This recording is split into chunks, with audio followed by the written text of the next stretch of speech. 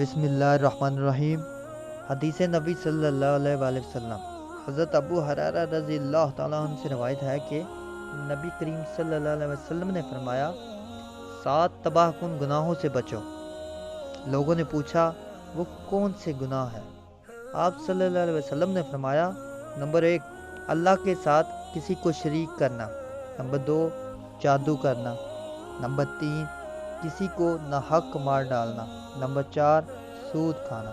Number 5, यतीम का माल हड़प कर जाना।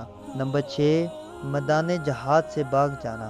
नंबर 7, नेक औरतों पर तहमत लगाना। जिंदगी में सादगी अपनाओ। जितनी सादा तुम्हारी जिंदगी होगी, परेशानियां इतनी ही कम होंगी।